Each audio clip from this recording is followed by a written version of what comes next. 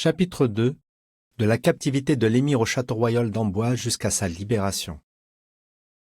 Juché sur un éperon rocheux, loin de toute frontière terrestre ou maritime, le site du château royal d'Amboise répondait aux exigences de sécurité des autorités françaises.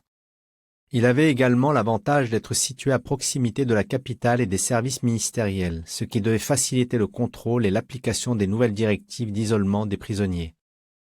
Ces mesures coercitives visaient 3 objectifs: empêcher toute possibilité d'évasion, rompre les liens tissés avec d'anciens visiteurs susceptibles de populariser le sort des prisonniers et enfin briser chez eux tout espoir de libération.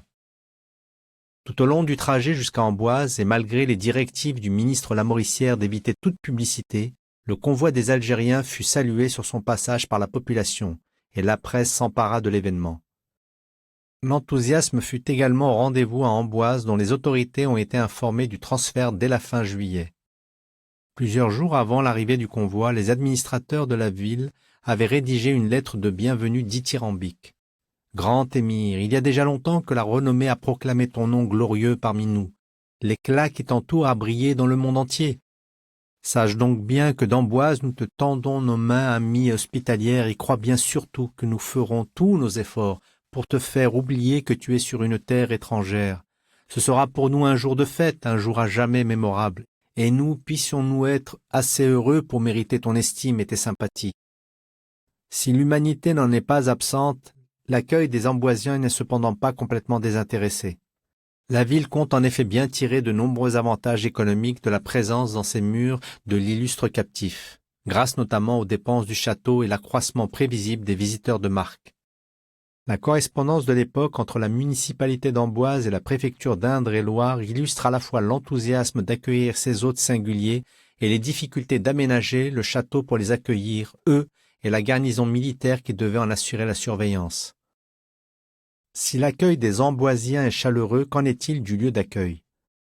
Alors que la presse et des personnalités politiques vantent le transfert des prisonniers dans une demeure royale, un guide de l'époque le compare à une place de guerre, une véritable forteresse du Moyen-Âge sur laquelle s'est greffé un château du XVe siècle. Si le château royal d'Amboise qui surplombe majestueusement la Loire fut à la Renaissance une résidence royale au charme désinvolte qui abrita entre autres faits remarquables les rencontres entre François Ier et Léonard de Vinci, en 1848, le site porte les séquelles de la Révolution française et de sa défiguration sous le Premier Empire. Les travaux de restauration engagés par la suite et sous la monarchie de Juillet sur la chapelle et les remparts, quelques années auparavant, n'ont pas permis de rétablir le lustre et les conforts de l'ancien logis royal. Après l'abdication de Louis-Philippe le 24 février 1848, le château est placé sous séquestre et retrouve de nouveau sa vocation de forteresse carcérale à l'occasion de la décision de transfert d'Abdelkader. Fait à la hâte par des autorités, pressées par l'approche de la saison hivernale et l'agenda politique, les travaux effectués pour accueillir les Algériens ne suffisent pas à masquer l'état de délabrement et l'insalubrité des appartements du château. Ce caractère inhospitalier est accentué par le climat humide de la Touraine dont les nouveaux résidents méditerranéens se plaignent. À cela s'ajoute la présence des sentinelles qui, nuit et jour, font les 100 pas, ce qui démoralise les Algériens, au point que le ministère de la Guerre a dû se résigner à autoriser des promenades à l'extérieur à la condition expresse, souligne-t-il dans sa réponse, d'éviter tout rapport entre Arabes et Européens, quel qu'il soit. L'occupation des lieux se fait sans incident particulier. Pour gagner en surface, mais également pour s'adapter aux habitudes des nouveaux résidents, les appartements du premier étage furent vidés de leur mobilier. Une sorte de cabinet de travail a été aménagé dans l'ancien salon du duc de Penthièvre, salon qui était précédé de la chambre à coucher d'Abdelkader et de 4 autres pièces, chacune habitée par ses 4 épouses et par leurs enfants. Abdelkader et Khéra, sa première épouse qu'on appelle la sultane, occupèrent les appartements aménagés avant la Révolution par le duc de Penthièvre à l'emplacement de la grande salle du logis royal. Les Algériens prennent lentement leur marque dans leur nouvel environnement. La chronique de l'époque souligne l'état d'oisiveté contraint d'une peuplade exilée qui poursuit le chroniqueur à un aspect pauvre et triste. Les hommes, enveloppés dans de sales manteaux blancs, se promenaient avec une gravité morne dans la vaste cour du château ou sur la terrasse qui domine la Loire. Alors que les femmes s'occupent des tâches domestiques et de la préparation des repas, les enfants, lorsqu'ils ne suivent pas les cours, jouent sur la terrasse ou les corridors du château.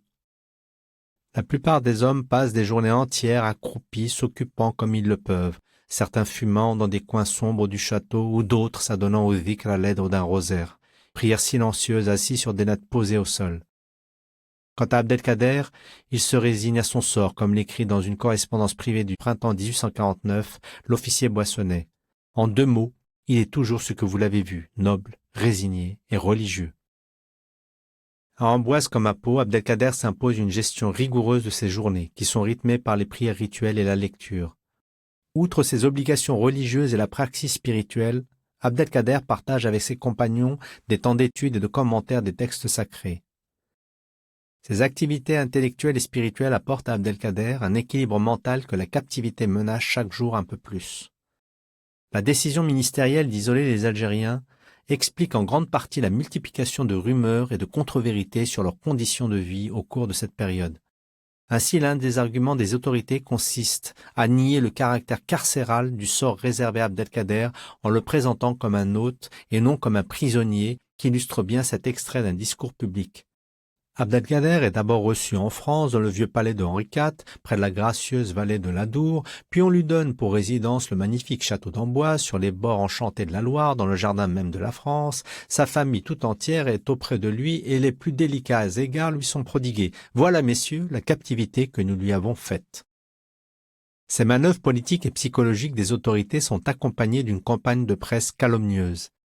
Abdelkader est tantôt présenté sous les traits du perfide qui s'est ingénié à négocier avec la France des traités pour mieux ensuite les trahir, tantôt sous ceux du barbare qui a ordonné de sang-froid l'exécution de prisonniers français, argument fallacieux que les services de propagande ont forgé de longue date pour nuire à sa réputation d'adversaire magnanime.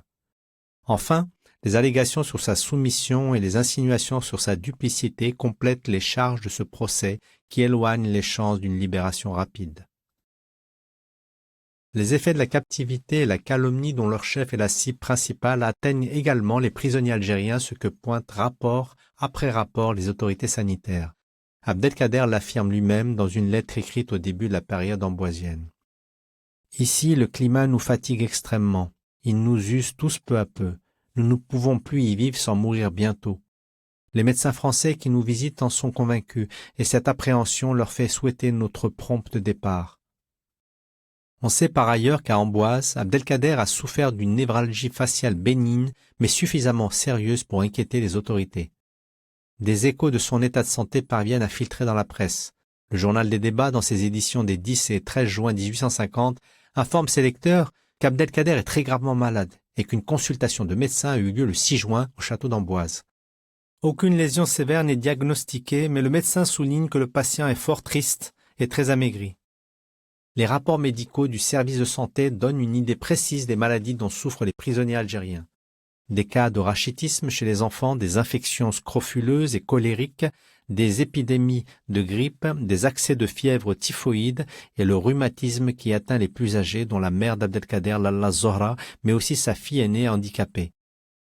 Fait notable lié aux mœurs, les Algériennes appréhendent de se faire ausculter par des médecins français. Nombre d'entre elles ont refusé longtemps des visites médicales. Un rapport de l'époque paloise précise. Abdelkader s'est décidé à soumettre sa mère à l'examen d'un médecin français.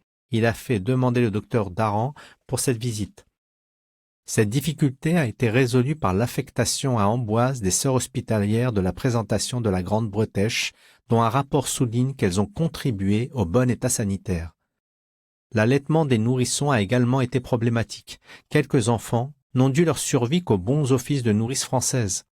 L'enfermement et l'absence d'exercice physique sont avancés par les rapports sanitaires pour expliquer la dégradation de l'état de santé des prisonniers. Malgré la morosité qui domine durant ces 2 années, les prisonniers algériens ont célébré plusieurs mariages et des naissances. Confiance en Dieu sur leur avenir, instinct de survie ou réflexe pour conjurer le marasme, quelle qu'en soit la cause, la multiplication des naissances indique que les prisonniers n'ont pas perdu tout espoir d'être libérés. À la question de leurs besoins pour recouvrer leur pleine santé, la réponse de la plupart des Algériens est identique, la liberté.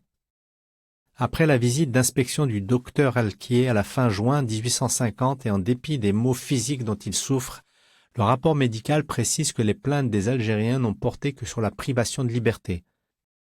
La libération comme ultime remède est également pointée par Abdelkader pour, déclare-t-il, mettre fin à la tristesse profonde de nos cœurs. Au docteur Tesson, chirurgien-major en mission au château d'Amboise, qui insiste pour qu'il sorte de sa réclusion protestataire, Abdelkader donne ainsi toujours la même réponse. La santé ne peut venir de l'air d'une prison. Ce qu'il me faudrait, ce serait l'air de la liberté, lui seul pourrait me guérir. À Amboise, ce sont au total 25 Algériens qui succombent et qui sont inhumés tout d'abord dans le cimetière communal pour le premier d'entre eux, puis dans le parc du château. Les familles algériennes ont demandé aux autorités qu'un espace funéraire soit créé dans le jardin du château en raison de l'éloignement du cimetière communal, mais aussi pour éviter les attroupements de curieux indélicats. Les décès d'Amboise s'ajoutent à ceux de Haj Salem et d'une petite fille survenue à Toulon et des 5 enfants qui ont succombé à Pau. Zineb décédé à 2 mois, Abdallah décédé à 18 mois, Mohamed décédé à 8 mois, Rehana décédé à 6 ans et Khadija décédé à 18 mois.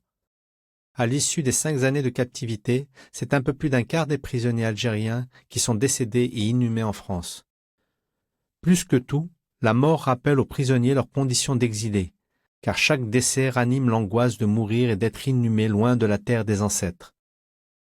Abdelkader craignait particulièrement pour sa mère, dont l'âge est estimé à 75 ans, et pour son vieil oncle, plus âgé encore. En liant leur sort à celui de leur chef, la plupart de ses compagnons de captivité espéraient finir leur jour à la Mecque. Dans leur esprit, la première ville sainte de l'islam était la seule destination à même de compenser leur exil définitif de leur pays natal. Les années 1849 et 1850 ont sans conteste été les plus éprouvantes de la captivité. Non seulement les mesures coercitives ont été maintenues, mais elles ont même été renforcées à la moindre alerte. Ainsi, les rumeurs d'un complot d'évasion ourdi de l'étranger, l'installation d'une famille anglaise à proximité du château ou encore l'arrestation sur les bords de la Loire d'un Algérien en possession d'un faux passeport sont interprétées comme autant de menaces suffisamment sérieuses pour justifier de nouvelles mesures comme l'envoi de 2 inspecteurs de la Sûreté générale à Amboise. L'obsession sécuritaire du ministère de la Guerre va jusqu'à la restriction draconienne des visites, y compris de personnalités publiques, au point de placer le capitaine Boissonnet dans des situations embarrassantes. Tous les visiteurs sont passés au crible, y compris les élus et les officiers supérieurs à qui il n'est accordé aucune dérogation. Les seules personnalités autorisées relèvent toutes d'une mission officielle précise ou très exceptionnellement de connivence entre agents du ministère. Lord Londonderry, par ses relations directes avec l'Élysée, parvient à arracher une autorisation de visite. Il se rend à Amboise le 8 mars 1851 pour y rencontrer Abdelkader. À l'issue de l'entrevue, impressionné par son hôte, il écrit avoir été touché par ses propos d'une grâce et d'une grandeur inexprimables. Autre exception notable, les ecclésiastiques. En raison du caractère religieux des prisonniers et de la volonté de leur apporter un soutien moral, les autorités militaires ont accordé des autorisations de visite aux religieux catholiques. Parmi ceux-ci figure l'abbé Suchet, qui avait rencontré Abdelkader au printemps 1841 dans la province d'Oran à l'occasion d'un échange de prisonniers, et qui le retrouve dans un tout autre contexte et lui remet à cette occasion un cadeau aussi insolite que symbolique, un rameau d'olivier cueilli dans sa région natale. Monseigneur Dupuche, premier évêque d'Alger, est certainement le visiteur le plus marquant de cette période. Le prélat avait eu affaire autrefois à Abdelkader dans le cadre de l'échange de prisonniers confié à son vicaire l'abbé Suchet. Il avait ensuite rendu visite plusieurs jours d'affilée à Abdelkader en septembre 1848 au château de Pau. Lors du transfert vers Amboise à l'étape bordelaise le 3 novembre, il avait contribué à l'accueil particulièrement chaleureux des prisonniers algériens par les autorités et la population bordelaise. Le 9 décembre, le prélat se rend à Amboise où il rencontre Abdelkader envers qui, écrit Boissonnet, il joue un rôle de consolation efficace. De nouveau en février 1849, et avant d'être frappé d'interdiction en raison de la publication d'un opuscule en faveur de sa libération, il se rend au château d'Amboise où il obtient plusieurs entretiens avec Abdelkader. C'est ainsi lui qui obtient, avec le soutien de l'évêque d'Orléans, le placement des sœurs de la Grande Bretèche au château d'Amboise. Ces religieuses hospitalières, notamment les sœurs Saint-Pierre, Saint-Maurice, Nathalie et Sainte-Providence, auxquelles il faut ajouter l'abbé Rabion, curé d'Amboise, sont devenus des familiers de la petite daïra d'Amboise. La relation a particulièrement été profonde avec la sœur Nathalie, dont Abdelkader, dans une correspondance de novembre 1852, loue sa piété profonde, son profond attachement à sa religion, le plus parfait bon sens, la plus parfaite discrétion et l'éducation la plus complète. Les compliments étaient réciproques et l'une d'entre les religieuses catholiques avait même été jusqu'à déclarer être prête à vouer sa vie au service d'Abdelkader. Après sa libération, Abdelkader fait plusieurs aumônes à l'intention des pauvres de la paroisse et a offert à l'église collégiale Saint-Denis un magnifique lustre de cristaux qui marqua la chronique locale.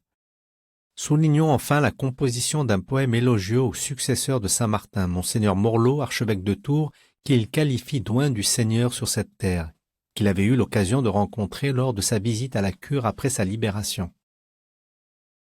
Dès la période toulonnaise de la captivité, une dynamique de soutien a été initiée en faveur de la libération d'Abdelkader.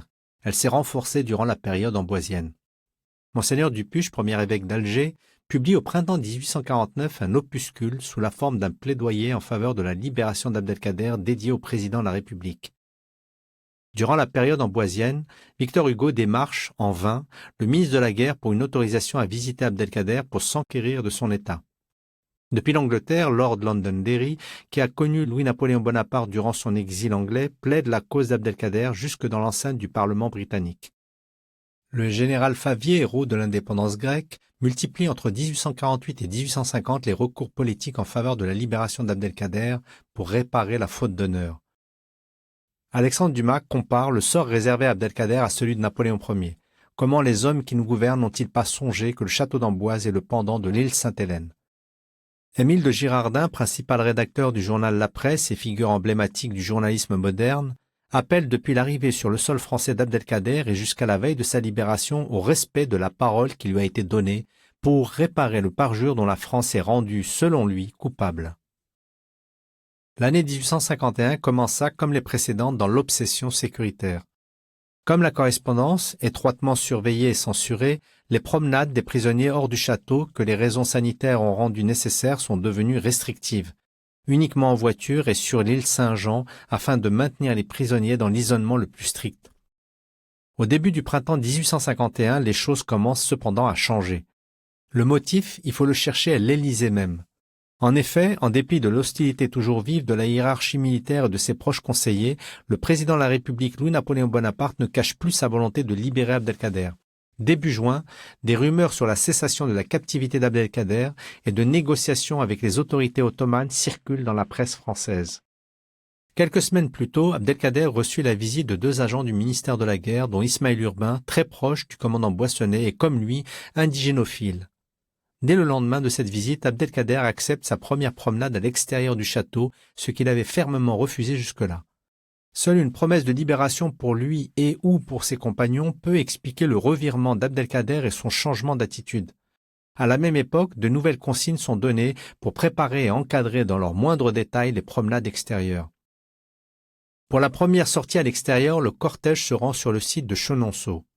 Abdelkader avait souhaité répondre en priorité à l'invitation du comte et de la comtesse de Villeneuve pour les remercier de l'envoi à titre gracieux des fruits et des fleurs issus des serres de leur prestigieuse propriété du Val-de-Loire.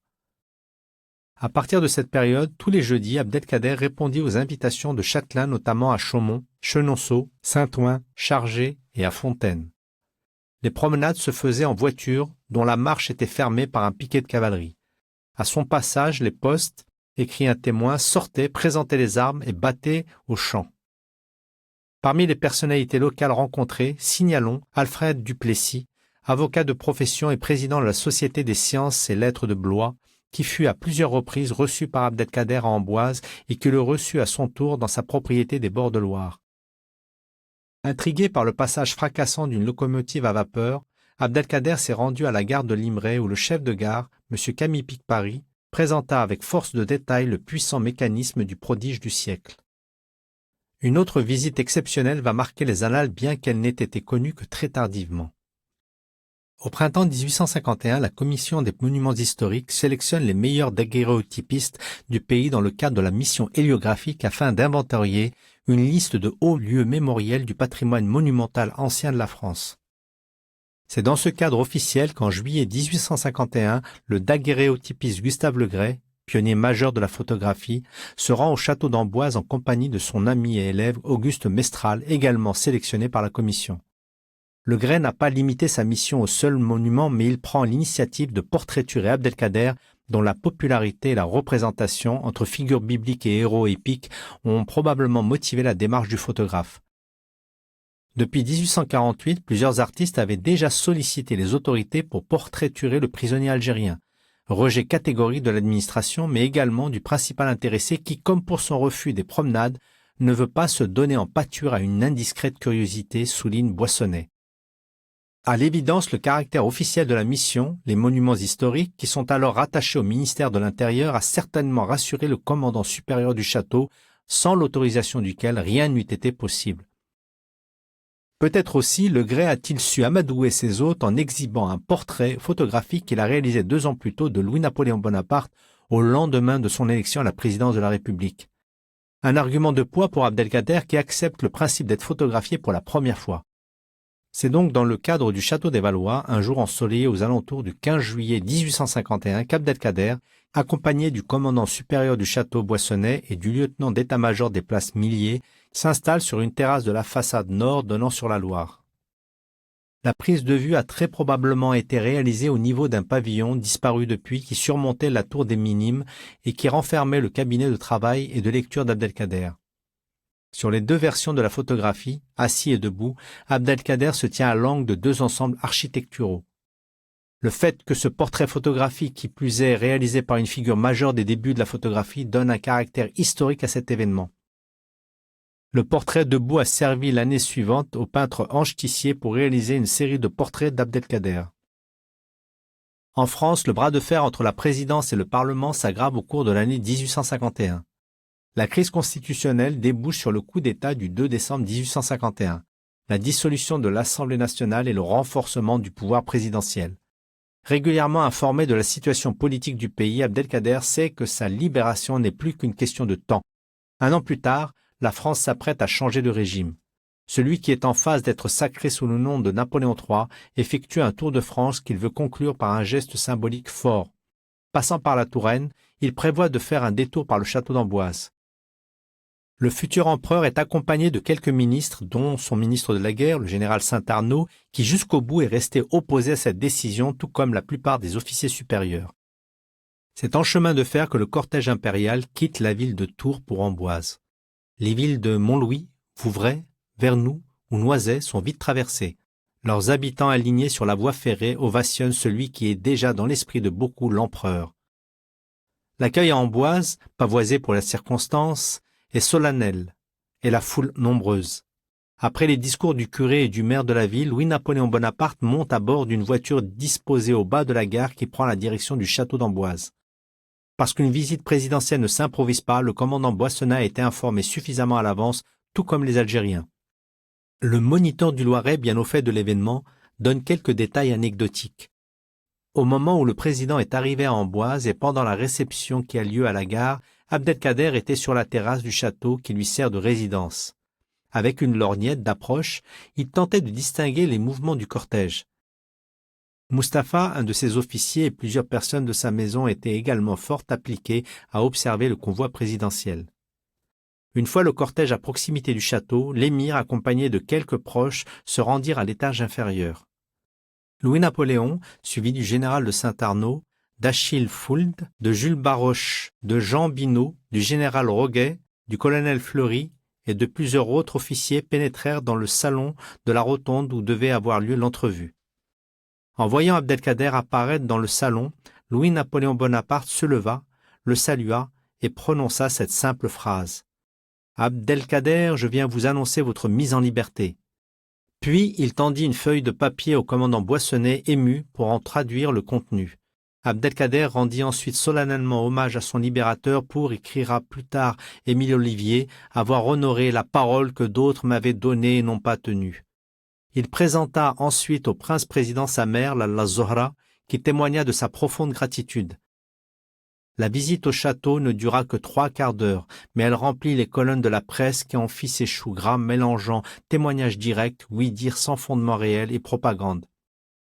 Tel qu'il est présenté par la chronique elle-même orchestrée par le pouvoir politique, l'événement du 16 octobre a toutes les caractéristiques d'une annonce de l'Empire naissant. La scène de la libération a été immortalisée par le peintre Ange Tissier. Les esquisses de l'artiste, sur le vif mais également sur la base du portrait réalisé par Gustave Legray, datent des mois de novembre et décembre 1852.